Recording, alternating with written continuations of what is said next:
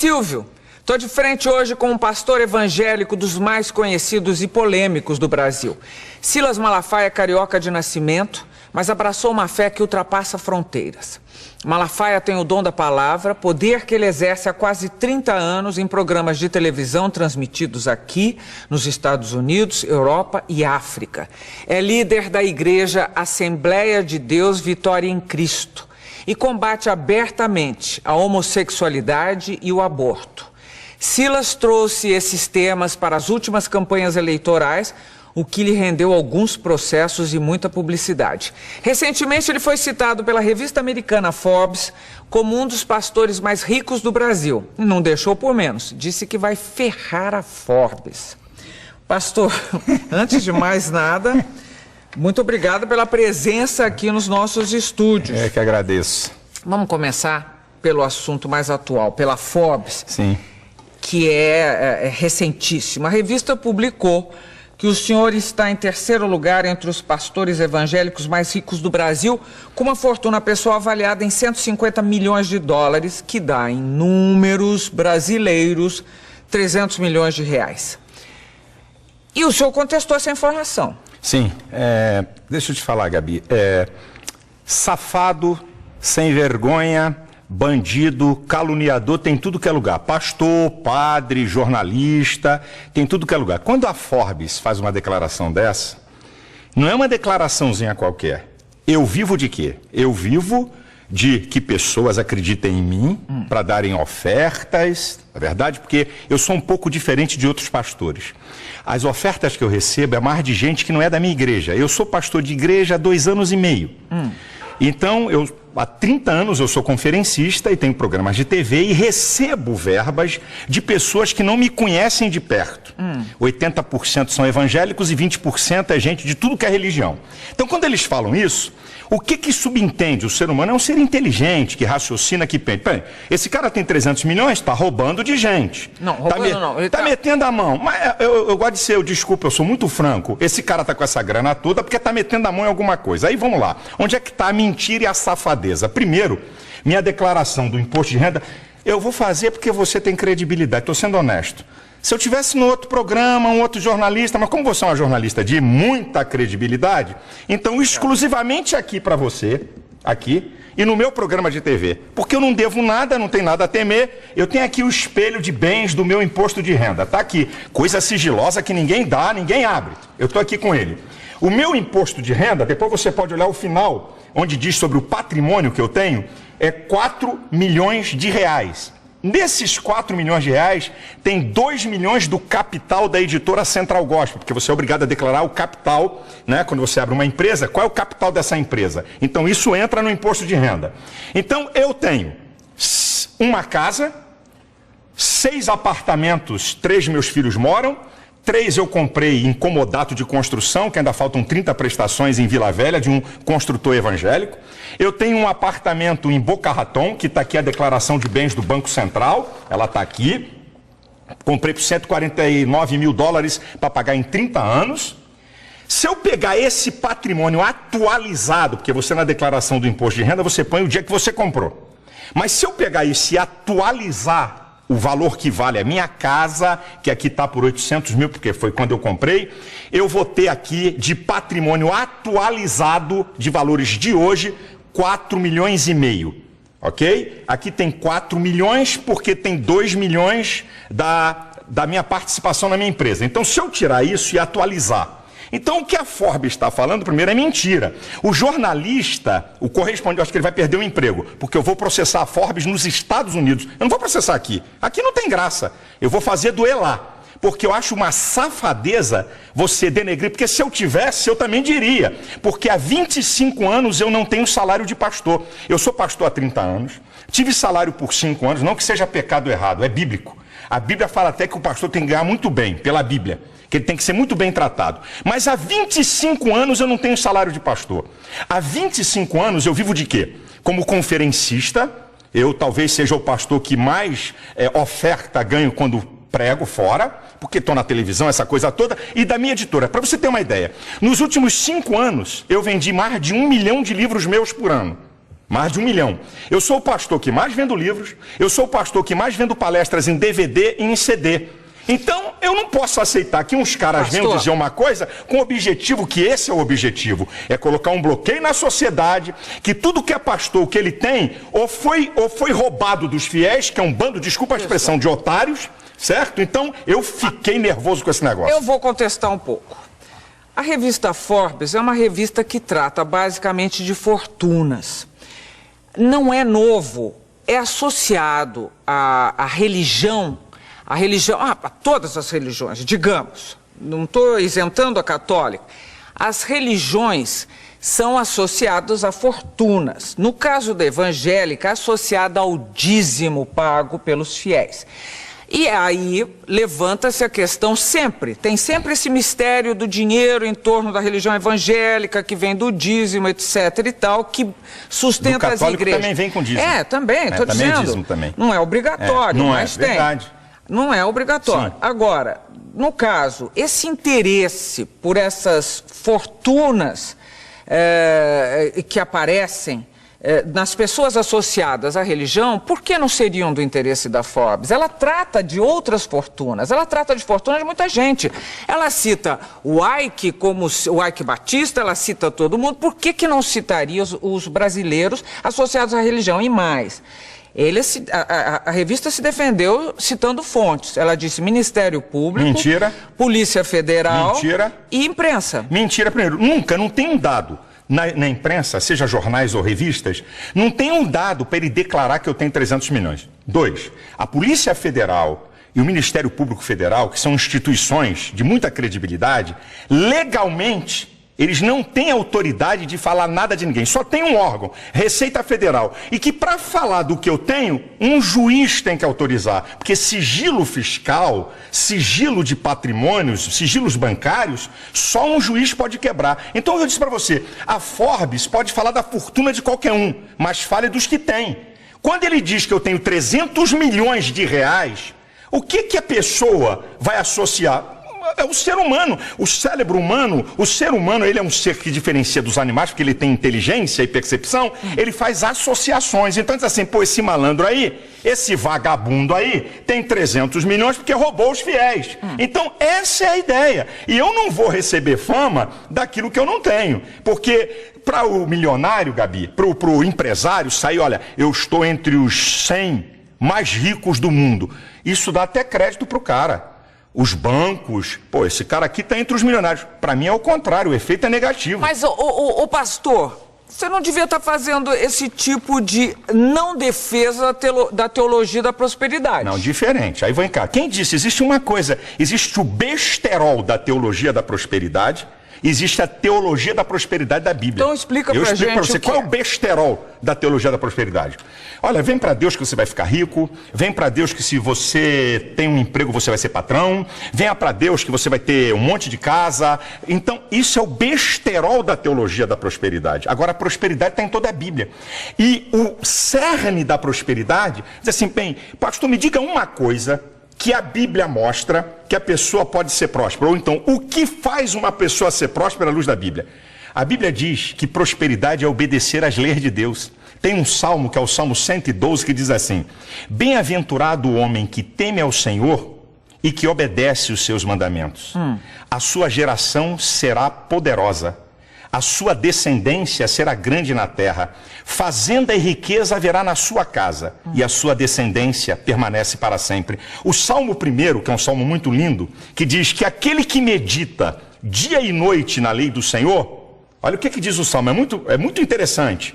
É como árvore plantada junto a ribeiros, que dá o seu fruto na estação própria, cujas folhas não caem, e tudo quanto fizer prosperará. Eu sou a favor da prosperidade. Eu prego prosperidade. Eu não prego besterol. Porque prosperidade não é só finanças. Prosperidade envolve bem-estar. Prosperidade, você viver bem. Tem um monte de coisa junto. Mas a minha pergunta é, os seus fiéis, os mais simples, porque eu sei, todo mundo, tem fiéis também que são poderosos. Todos os níveis sociais eu tenho. E que fazem doações poderosas e sabem o que estão fazendo e querem fazer isso e podem fazer isso. Agora, quando você fala Eu às vezes misturo você e senhor. Você, pelo amor de Jesus. Quando você fala quando você divaga em cima dessa teoria da prosperidade, você de alguma maneira não leva o povo, o fiel, a crer que dando o dízimo a vida dele vai melhorar? Bem, deixa eu te dizer, não sou eu que digo isso, é a Bíblia. Sim, mas... Eu não digo, existe uma coisa, a Bíblia, como qualquer coisa na vida, como qualquer ideologia ou religião, os comunistas, ou a ideologia ateísta, ele crê naquilo, ok? Quando você crê, existem um conjunto de crenças e valores que estão arraigados ali. Então, quando eu digo para o meu fiel que ele vai dar dízimo e oferta para ser rico, eu estou falando uma mentira. Agora, quando eu digo para o meu fiel que ele está dando oferta e dízimo porque Deus vai abençoá-lo, é uma verdade. Porque é isso que a Bíblia me aponta. Eu não posso declarar, e nunca declarei isso, que eu não sou tolo, eu tenho um certo conhecimento, eu tenho uma certa formação teológica, e venho de uma família muito tradicional de formação teológica, meus pais são pioneiros no ensino teológico, e também gente da área da educação. Você, além do mais, é formado em psicologia. Sou psicólogo. Então, deixa eu te falar, se eu chegar para o meu filho e dizer, minha gente, dá aqui o seu dízimo da sua oferta, você vai ficar rico. Isso é uma afronta. Agora, quando eu digo para ele, se você for fiel naquilo que a Bíblia diz, Deus vai te abençoar. Porque aí eu digo assim... E aí não está... Não está, eu te explico por quê. Não está passando uma ideia de que os seus desejos serão satisfeitos? Não. Escuta bem, a prosperidade, isso que eu digo, Gabi, se você falar que prosperidade, se um pastor falar que prosperidade é só dinheiro, ele está incorrendo num erro gravíssimo. Prosperidade, eu brinco, eu digo na igreja... Sabe o que é prosperidade? Vou dar um exemplo bem simples e em tese. Você está aqui e ganha R$1.000. O cara da direita ganha 5.000. O da esquerda ganha 4.000. E você vive melhor do que eles. Você tem par na sua casa, você tem alegria de viver, você tem bem-estar, tem coisa emocional aqui, equilíbrio emocional, você não deve a agiota ganhando menos do que ele. Isso é prosperidade. Sim, eu sei. Mas agora... É isso que é prosperidade. E a gente tem que ensinar o povo a isso. Mas agora, vamos ser honestos. Sim. Honestíssimos. O dízimo, esse dízimo de cada fiel repetido, repetido, sustenta e muito bem as igrejas evangélicas. Como já sustentou melhor a igreja católica, mas sustenta. Então, vamos dizer que essa prosperidade chega mais para a igreja do que propriamente para o seu fiel. Vamos dizer, eu acho até um pouco herético, acho meio heresia, porque parece, afinal, que Deus protege mais a igreja do que o fiel dela. Eis aí um engano. E esse é o engano redondo de muitos. Eu vou falar de uma igreja que eu não tenho nada a ver com ela. Ok? Eu não tenho muitas discordâncias. Então vamos lá, vou usar outra que vai ficar mais fácil, porque todo mundo percebe. Você acha que o cara que é membro da Universal está dando oferta e dízimo apenas porque um cara muito inteligente, malandro, espetacular, fantástico, fenomenal, consegue persuadi-lo para que durante 10, 15, 20, 30 anos o cara dá dízimo, dá ofertas especiais e não tem nada de benefício? Deus trabalha com uma lei de recompensa. O apóstolo Paulo diz uma coisa linda, ele diz assim, olha, uma coisa eu faço, eu deixo as coisas que para trás ficam e eu prossigo para as que estão na minha frente pelo prêmio. Você sabe que Deus, ele fala de uma lei de recompensa o tempo todo, porque Deus conhece o ser humano. Mas então, qual é a recompensa? Qual é a recompensa? Eu mostro para você, e você pode ir em qualquer igreja. Esse é o engano de muita gente. Você pode ir em qualquer igreja. Eu desafio imprensa, pode ir comigo. Chama, querida, escuta. Mas muita gente já reclamou e já deu matéria dizendo que perdeu tudo. Então você faz o seguinte, você pega do universo, peraí, vamos para a lei da probabilidade.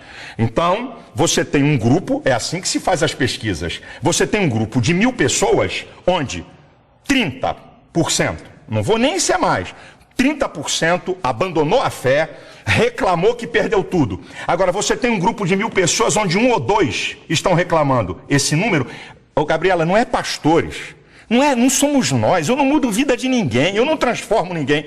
A verdade é que Deus está interessado no bem-estar do homem. Então, o que eu digo para você é o seguinte, vai lá no povo. Como é que uma pessoa, Marília Gabriela, fica 30 anos numa igreja?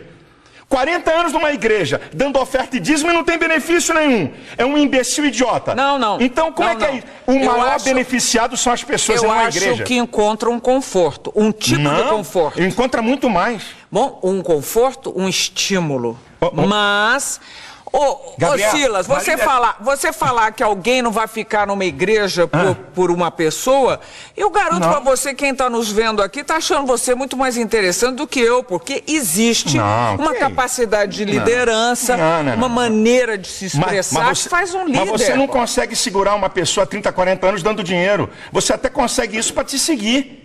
Mas o cara dando bens... Agora, o que acontece? Vamos lá, quais são os graves problemas da sociedade? Drogas é um grave problema, correto? Um gravíssimo problema, que nem eles sabem o que vão fazer, tá? Bebida, 1 em cada 4 jovens...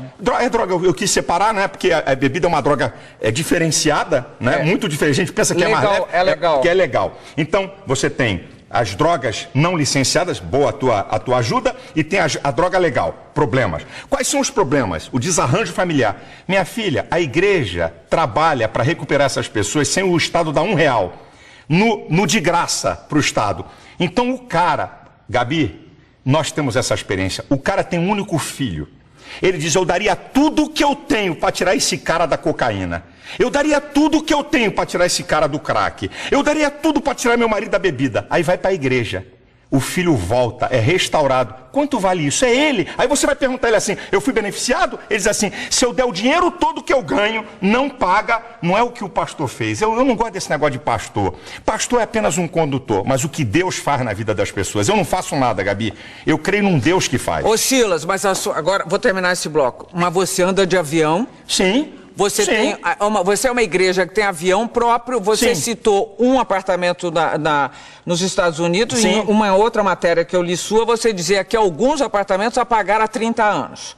Não, um apartamento e esse que eu te informei, está na minha declaração de imposto de renda. Alguns outros, mas não importa. E outros aqui no Brasil. Mas não importa. Meu, que não foi com dinheiro de igreja. Não estou dizendo que você não mereça. Você fez uma coisa convincente. Mas o que eu estou querendo dizer é se não é herético imaginar que você foi mais favorecido do que quem está esperando também. É porque você não conhece as ovelhas e os membros das igrejas, o que aconteceu na vida deles. Você não tem ideia disso. Vamos lá, estou chegando ao fim do primeiro bloco de frente com o pastor Silas Malafaia e a conversa está apenas começando. Eu já sabia que vinha bom. Ô Silas, no discurso de posse para o segundo mandato, o presidente americano Barack Obama disse textualmente: nossa jornada não estará completa até que nossos irmãos e irmãs gays sejam tratados como qualquer pessoa. Na sua igreja ele não teria sido reeleito? Na minha igreja não, ele não teria sido reeleito. Deixa eu falar sobre essa questão de homossexualismo. Homossexualidade. Isso, obrigado. Deixa eu te falar uma coisa. Primeiro, ninguém nasce gay. Homossexualismo é um comportamento. Eu vou fazer uma definição. Tá, então vamos lá.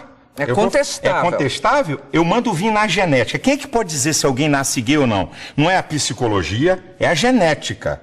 A ciência que pode dizer, é igual ao aborto. Quem é que pode dizer onde começa a vida? A biologia. Então, quem é que na ciência? Então, eu vou primeiro para... Bom, você sabe que as últimas pesquisas andaram mapeando o cérebro de gente aí. Não deu nada, olha aqui. Deixa eu te falar. Deixa eu falar uma coisa aqui para você que é muito interessante.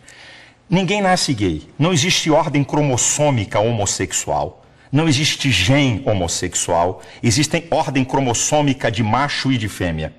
Então, vou fazer uma definição de homossexualismo. Um homem e uma mulher. Homossexualidade. Não, homossexualismo, a prática. Eu posso falar homossexualismo ou a homossexualidade. Não tem... Não, é que o homossexualismo caracteriza a doença. Não, mas eu não vejo como doença. Eu não vejo como comportamento. Nada de doença. Então, a homossexualidade. Um homem ou uma mulher, por determinação genética, e homossexual por preferência aprendida ou imposta. Agora, vamos para a pesquisa. 46% dos homossexuais foram violados, violentados quando crianças ou adolescentes. Como é que alguém nasce? 46%. 54% escolheram ser. Então, primeiro, homossexualismo é comportamento. Então, vamos para a genética. Gêmeos iguais, estou falando de genética. Gêmeos iguais, isso é o mesmo embrião que se divide, tá? É chamado geneticamente iguais. É homozigóticos. São gêmeos iguais. Então, o que tinha que acontecer? Se um gêmeo é hétero, o outro teria que ser hétero. Se um gêmeo é homossexual, um gêmeo é homossexual, o outro teria que ser. Então, vamos lá. 35% dos gêmeos que são homossexuais, o outro, 65% são héteros. Então, como é que são iguais? Como é que nasce? Peraí, eu estou falando de nascer homossexual. Eu estou falando de genética. Tá bom. Não tem uma fonte na genética, não tem uma fonte... traços psíquicos, não sei o quê. Então, vamos lá. 46% passaram a ser homossexuais e eles não falam. O dia que eu falei isso, a partir do dia que foram violados e violentados... Então você já está dando outro dado. Eu estou dando um dado. No geral, violentados por quem? Não, por parentes, violentados por vizinhos. Não, por ser heterossexuais. Bom, então vamos lá. Então, nascer é o seguinte, eu vim a esse mundo e tenho essa vontade. Por que animais, e nós somos mais um na natureza, por que animais praticam não nascem homossexual? Praticam sexo com muitos animais, com animais do mesmo sexo e não são perturbados na outra sexualidade?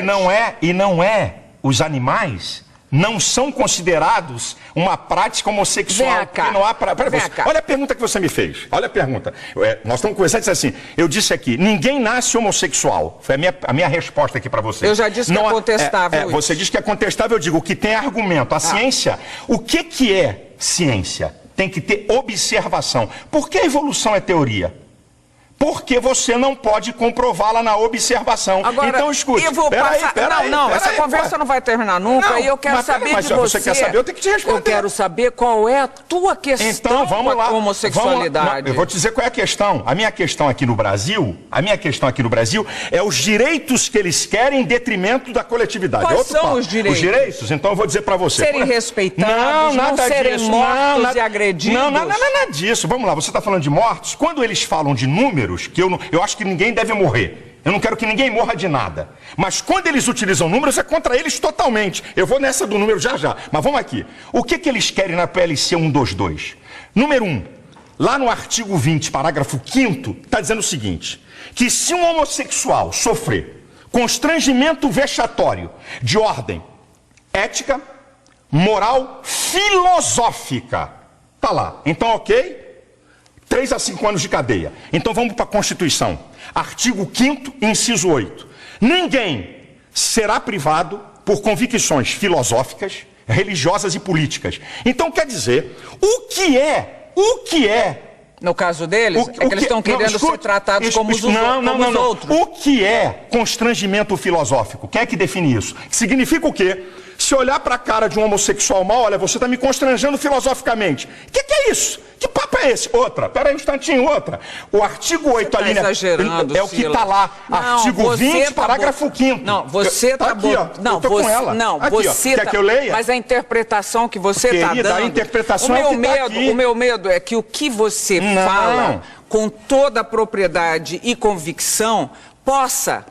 Como você disse, não tenho nada contra homossexuais, você já disse mais de uma vez. Não tenho nada, não quero que eles sofram violência, etc. Nenhum, Salom. Mas acontece que não todas as pessoas têm a formação que você tem ou têm um tipo de disposição esclarecida. Você, falando com essa convicção e desta forma e com essa sua interpretação, pode eventualmente estar influenciando pessoas que vão sim praticar violências contra homossexuais. Então vamos cortar programas de televisão, vamos cortar novelas, vamos cortar filmes que tem ação, porque vai influenciar alguém a matar. Aí a sociedade para. Então a televisão vai ter que parar agora, vai ficar só Marília Gabriela. Porque tem entrevista. O cara que mata não vai poder mais filme na TV. Você acha que os homossexuais que pagam impostos, trabalham não têm direitos, os mesmos direitos que você tem? Eles têm. Se eu tomar um tapa na cara, é igual um homossexual tomar um tapa na cara. Se alguém me xingar, a lei tá igualzinha pra eles. Se alguém xingar eles, é igual, não tem sido dessa maneira. Não, se não tem sido... Não tem sido. Se tivesse sido até agora, eles não estariam atrás de uma lei que os protegesse, eu vou dizer uma Silas. coisa. Eu fui ofendido com a suástica na reunião da comissão de cidadania, botaram o meu nome com a suástica, que é crime no Brasil. Eles querem uma lei para atacar, xingar, atingir quem eles querem, estarem protegidos acima de todos. Uma vírgula para eles. Então, eles não estão atrás apenas... Você quer ver uma outra? A linha B do artigo 8 da PLC 122. Ninguém pode impedir a afetividade de um homossexual, transgênicos, bissexuais. Este direito será dado aos demais cidadãos. Quer dizer, a preferência passou a ser deles. Então agora eu vou para o campo da realidade.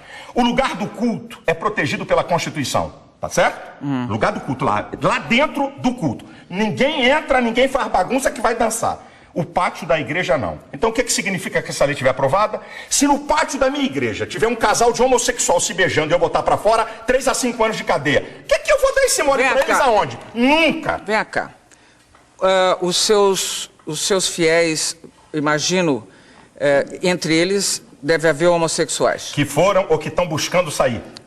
Mas existem. Que estão buscando sair. Entre os pastores também. Se houver... Pela lei da probabilidade. Olha, se tiver pastor homossexual, Deus fala na Bíblia, adultério, homossexualismo, prostituição, o cara é passível de ser excluído daquela congregação. Então, se um pastor tiver um caso com uma mulher, ele perde o cargo de pastor. Se um pastor tiver um caso de homossexualismo, ele perde o caso de pastor. Se um pastor for solteiro e tiver uma relação sexual com qualquer uma, vai perder o cargo. Então, a Bíblia trata do mesmo nível. Algum fiel seu homossexual chegou a conversar com você sobre esse assunto ou não existe sequer conversa a respeito? É claro, pede socorro. Olha, a igreja está lotada de gente Você, como psicólogo, chegou à conclusão de que um homossexual deve e pode ser realmente... Olha, eu vou pedir, desculpa a minha ousadia de falar com você. Um dia, Gabi, traga aqui Joide.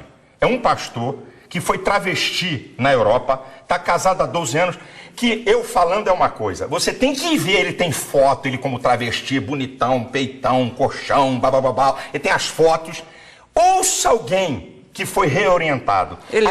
Você aceita que ele podia ser um bissexual? Não, conversa com ele pra você. Não, ver. eu tô perguntando se você aceita que ele podia ser um bissexual. Pode ser um bissexual. Agora, mais grave vai botar do que 380 de peito, vai botar bumbum e coxa e ser bissexual. Mas olha aqui, vem aqui. Não virou, depois não casou e tudo? Casou. Agora, eu vou fazer uma pergunta pra você. Você não acha outra vez, eu acho um pouco herético, que criaturas de Deus, digamos, sejam julgadas em nome de Deus? Que autoridade, que autorização deu ele para qualquer ser humano ficar julgando o outro nesse nível? A autoridade não é para julgar a pessoa. A autoridade da Bíblia é para condenar pecado. E eu vou dizer uma coisa para você. Você sabia que Jesus falou mais sobre o inferno do que sobre o céu nos evangelhos? Jesus falou mais. E por que Jesus falou mais sobre o inferno do que sobre o céu? Para mostrar o perigo que é ele e para quem vai para lá. Então a Bíblia define o que é pecado. Então eu não estou aqui para acusar A, B ou C, mas eu estou aqui para condenar o pecado. Então, na minha visão, ok? Da minha crença e valores, da minha visão espiritual, do que eu creio na Bíblia, a homossexualidade, o adultério, a prostituição são pecados claríssimos à luz da Bíblia. Então, um casamento que não der certo para você também tem que continuar lá para sempre. Não. A pessoa não pode se separar e fazer outra família com outra pessoa. A Bíblia dá. Mas essa interpretação, essa interpretação é muito fortuita. Não. Quando você diz assim, eu estou aqui para defender a família. Tem vários divorciados. Mas quando você diz, eu estou aqui para defender a família, eu quero saber que família é essa, que conceito de família é esse, que desde a época de Cristo não foi revisto. Que conceito de família? Toda a história da civilização humana, toda a história, o que eu estou te falando é antropológico, sociológico e teológico. Toda a história da civilização humana está sustentada. Um homem, uma mulher e sua prole. Você está passando pela Grécia Antiga também. Filha, eu estou falando da história, é isso. Que tinha homossexuais, a história da humanidade é isso. É isso aqui. Na faculdade, eu acho uma graça. Mas você sabe que tinha homossexuais sempre. Em todos os tempos, que desde que o homem, na época de Noé, quando Deus mandou o dilúvio, a depravação moral era de altíssimo grau. Deixa eu dizer uma coisa, Gabi. O que muda é a tecnologia. O homem é a mesma coisa, com suas loucuras, com seus desejos, é a mesma coisa. O que muda é a tecnologia. O ser humano é a mesma coisa. Então presta atenção, a Bíblia, eu estou falando de Bíblia do que eu creio. Eu estou falando daquilo que eu creio do que a Bíblia fala.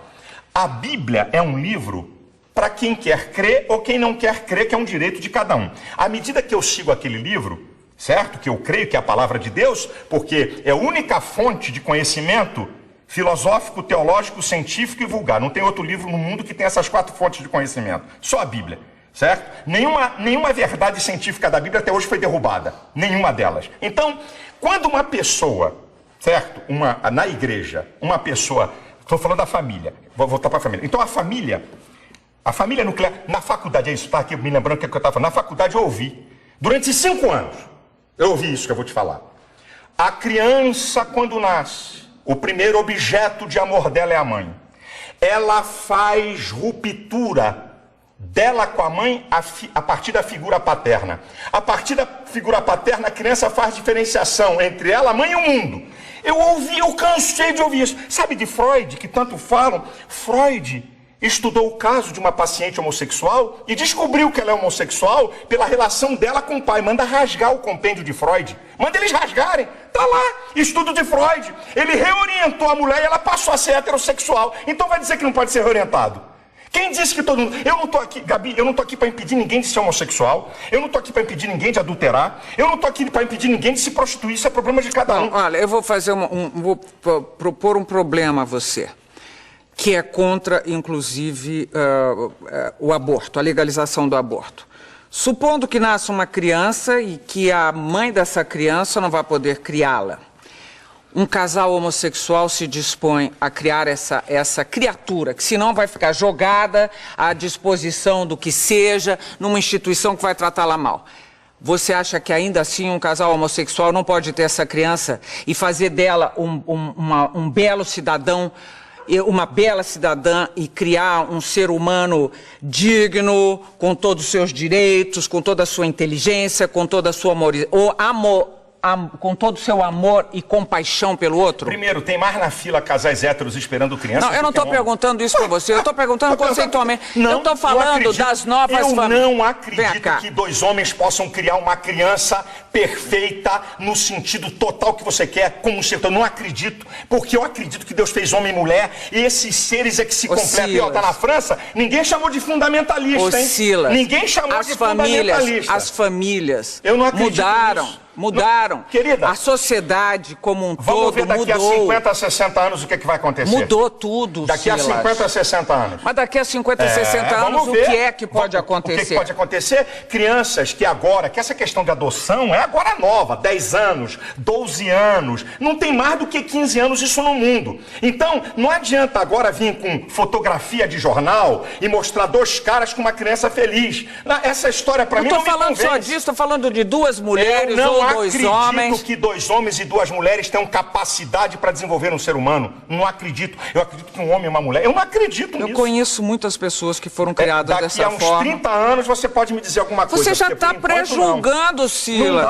Você é Deus, você está julgando e pré-julgando. Não, você está pré-julgando. Eu estou dizendo sobre o que eu aprendi. Você está dizendo que uma criança ali criada, daqui a 30 anos vai ser o quê? Eu não sei, tem minhas dúvidas. Você está falando, vai ver o que vai acontecer. Assim como uma criança ser criada por leviano, um pai leviano, eu tenho minhas dúvidas sobre ela. Um pai bandido que bate na mulher. Tenho minhas dúvidas. Uma família que tem um pai maldito. Tenho minhas dúvidas. O que vai dar essa criança? Eu até acredito que o ser humano, por ele ser um ser inteligente, ele possa romper uma história e construir uma história nova. Não significa que filho de bandido vai ser bandido e filho de bacana vai ser bacana. Um cara pode romper a sua história para pior e para melhor. Agora, eu estou falando aqui na tese que você está me apresentando. Das novas famílias. Da tese. Eu posso defender as minhas teses com a maior veemência possível. E não significa que eu odeio as pessoas. Eu sou muito veemente para defender meus princípios. É meu jeito. Você mesmo já falou, eu sou polêmico, meu jeito. Eu defendo com muita vontade. Agora, eu amo profundamente. Uma vez um repórter perguntou assim para mim: pastor, vamos lá, se seu filho fosse homossexual, como é que o senhor agiria? Eu disse para ele: eu amaria 100% e discordaria dele 100%. Quem disse que amar é dizer fazer um amém? Inferno da vida do seu filho. Não ia, não. Eu ia mostrar a ele, eu ia tentar ajudá-lo com o meu amor. Sabe por quê, Gabi? O ser humano pensa que amar é falar que o outro quer ouvir. Supondo que ele não conseguisse... Vai continuar o caminho dele. E você ia continuar enlouquecendo seu filho. Não, isso aí você me julga. Agora você falou isso. Eu disse que eu vou discordar 100%. Eu vou discordar mesmo? Olha, o filho de a mãe de um bandido vai na cadeia, e eu tenho trabalhos em penitenciária, o filho é assassino, fascina. Ela o ama profundamente. Agora pergunta se ela concorda 1 milímetro com aquilo. Concordar com uma prática é uma coisa, amar a pessoa é outra. Eu amo os homossexuais, mas discordo 100% de suas práticas. Então repita isso, por favor. Eu amo, isso eles sabem. Não, diga de boca cheia. Não, eles sabem, eles não são bobinhos, não. Eles sabem. Então diga. Eu amo os homossexuais, como amo os bandidos, amo assassinos, vambora, eu aumento o leque, porque eu amo, porque o ser humano, Gabi, o ser humano é a coisa mais importante. Veja, você está colocando o homossexual lá de bandido, assassino, todas as pessoas, não, mas para dizer, eu não gosto de uma prática, então estou dizendo para você. Peraí, vamos lá, vamos parar aqui, porque nós temos mais um bloco pela frente. E eu juro que não vou bater nele. E ele não vou deixar que bata em mim, não. Estamos terminando mais um bloco de frente com o pastor Silas Malafaia. Nós voltamos já já. De frente com Gabi. Com Gabi. De volta de frente com o pastor Silas Malafaia. Silas, nós temos 3 minutos, porque estouramos todo o nosso tempo anteriormente. Eu queria falar sobre, primeiro, política e religião. Caminham bem juntas? Você acha... nós temos um Estado laico. Sim. Agora, os evangélicos É laico, têm... mas não é laicista. Vai daí é laico, que... mas não é laicista. Vai daí que... Vai daí que, assim como um ateísta pode, com as suas convicções, trafegar na política, eu também com as minhas convicções religiosas posso. O que eu não posso é querer fazer com que a minha religião seja dominante, entre pela goela das pessoas. Agora, eu como cidadão, porque o que você é e eu sou? Mas você não quer ser político, por exemplo? De jeito nenhum, nunca serei. Mas quer influenciar na política? Com toda certeza, não só na política, na sociedade. Olha, Silas, vamos falar agora, eu li uma matéria recentemente sobre a formação de novos pastores. O catolicismo investe muito na orientação de padres, que leva, em média, 5 anos para se formar, né, um padre. Como é a formação na sua igreja? Na minha igreja, o pastor, né, para eu poder consagrar o camarada pastor, no mínimo, no baratinho, ele tem que ter um 2º grau, com um curso básico teológico, no mínimo. E curso básico é o quê? É um curso 2 de anos? 2 anos, é um curso básico. E na igreja eu tenho um curso para prepará-lo, que também é um curso, não é de muito tempo, leva aí uns 4, 5 meses, para poder dizer para ele o que a igreja pensa, o que a gente é, como é que é. Isso é o seguinte, é uma caminhada para eu chegar, porque esse é o meu sonho, para eu chegar no nível... Agora ainda não dá, não cabe, não tenho como fazer isso, mas na minha igreja já vai chegar para o cara ser pastor, vai ter que ter um bacharelado de teologia para ele poder ser pastor. Biblicamente falando, o pastor ele tem que ser um vocacionado por Deus e ele tem que buscar se preparar para o exercício daquela vocação que ele deu. A minha igreja é uma igreja muito fincada na palavra, isso é. Lá não tem blá blá blá de conversinha fiada. O cara tem que abrir a Bíblia e ensinar a Bíblia. Então requer nele preparo e conhecimento e pesquisa. Agora, Silas, eu quero eu juro, nenhuma capciosidade na pergunta. Quero que você me responda honestamente. E estamos pensando amplo, estamos pensando de sobrevivência e tempos. Eu sei que é uma profissão hoje bem assalariada. Esses meninos, você já disse que um pastor ganha de... 4 a 22 mil na minha igreja. E aí, as igrejas têm se desmembrado e têm surgido novas igrejas. É um bom negócio? Não, como negócio não é bom. Vou te explicar por quê. Não é negócio. Porque as igrejas, Gabi, é o seguinte, tem gente enganada aí pra caramba. Quando alguém me vê, ou quando alguém vê aí R.R. Soares, Valdemiro, Macedo... É igualzinho, tá vendo, o Cristiano Ronaldo no futebol. Existe uma meia dúzia de pastores de alto nível, de salário e tudo. Mas a grande massa de pastores evangélicos no país não ganham mais do que 5 salários. É isso que muita gente está enganado. Existe, como em todo, por exemplo... Mas as igrejas são ricas. Por exemplo, elas têm nem todas, sede em todo o país. Nem todas a as sua igrejas. tem A minha, quantas? igreja, a minha tem 120 igrejas, 70 são alugadas, 50 são próprias, 70 são propriedades alugadas. Eu sou um camarada visionário que quero fazer com que meu pastor desempenhe a sua função com dignidade. Eu não quero que ele fique preocupado com escola de filho, com comida em casa, para ele poder dar atenção àquela ovelha. Então, eu quero dar dignidade ao cara. Mas, Gabi, o que tem de pastor nesse país que ganha 1.000 conto, que ganha R$ 1.500, vocês não têm ideia. É porque a mídia, quando olha, é igual, com todo respeito, sem querer saber nada, é igual a você. Você é top como jornalista, mas tem um monte de jornalista aí, que não vou falar, que só Deus sabe quanto eles ganham. Mas eu tô dizendo, a perspectiva dos que começam a chegar a ser Silas Malafaia. Não é. Ele ganha 1.500, mas ele tá lá, é uma perspectiva. Mas não é, porque para ele poder, eu ainda não, eu abdiquei do salário da minha igreja. Eu, pessoalmente, certo? A minha igreja é uma igreja que paga muito bem a pastor presidente. Então ele sabe que para chegar num nível grande, ele vai ter que presidir uma organização. E aí é que está enganado. Se fosse fácil, todo mundo fazia. E não vai ser brincadeira ele presidir uma organização. Você alguma vez na vida passou pela Igreja Católica? Teve alguma passagem pela Igreja Católica? Não. O Papa representa alguma coisa para você? Não. É um líder de uma religião, apenas isso. Com respeito seu? Respeito porque é um líder de uma religião, eu tenho que respeitar. Agora, não reconhecemos ele como sucessor de Cristo, não reconhecemos esse reconhecimento, nós não damos a ele. Existe um sucessor de Cristo? O sucessor de Cristo são seus discípulos, que ele mandou a gente aqui na terra imitá-lo e pregar o que ele deixou. Não tem uma pessoa, ele não deixou esse cara aqui vai comandar. Não teve essa. E outra, se Pedro foi sucessor de Cristo, esqueceram de avisar eles que Pedro era casado, Jesus curou a sogra de Pedro. Devia de liberar eles para casarem. Mas vamos embora, é outra história. Outra história também que devia ter homossexual à beça naquela época. Podia ter, eu não tenho dúvida nenhuma disso. Então, terminando mais um bloco de frente com o pastor Silas Malafaia, nós voltamos daqui a pouquinho. Até já. De frente com Gabi. Gabi. De volta para a parte final de frente com o pastor Silas Malafaia. Esporte você praticou na vida ou não? Pereba jogando bola. Sou ruim de bola. Pereba? Pereba é ruim, é o cara ruim. Sempre joguei, gosto de futebol, mas sou ruim. Mas vamos ver lá agora. Bate-bola, jogo rápido, tá bom? Divórcio. Sou contra. Casamento. Sou a favor. E morar junto. Sou contra. Por quê? A não ser que seja casado, sou contra. Tudo que sai fora da legalidade do casamento, sou contra. Mas... Você está me perguntando, eu estou respondendo, sou contra. Judaísmo. É o antecessor do cristianismo. O judaísmo foi fundamental para chegar até o cristianismo. Por isso que nós ainda temos o Antigo Testamento na Bíblia. Islamismo. Eu acredito de um radicalismo muito horroroso para o que a gente chama de religião. Não tô falando de radicalismo não, né? Não, tô na falando minha de, frente agora. Vou deixar passar. Que manda matar, Bom. Que não aceita os outros. É isso que eu estou falando, para matar. Não aceitar. Quem disse que a sociedade a gente aceita todo mundo?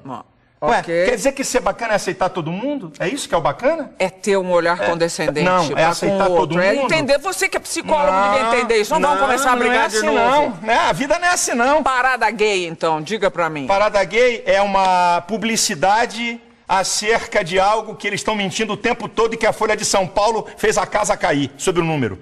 Silas Malafaia por Silas Malafaia.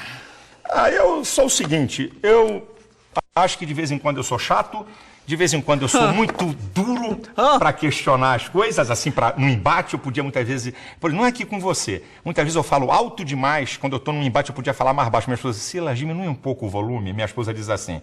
Mas acho que eu sou idealista, eu tenho ideais e eu não abro mão da família, que é a coisa mais... é a base de sustentáculo da sociedade. Aí eu vou dizer uma palavra espiritual, do mundo espiritual. O maior interessado em destruir a família é o diabo, porque quando ele destrói a família, ele desarruma toda a sociedade. Crack, cocaína, bebida.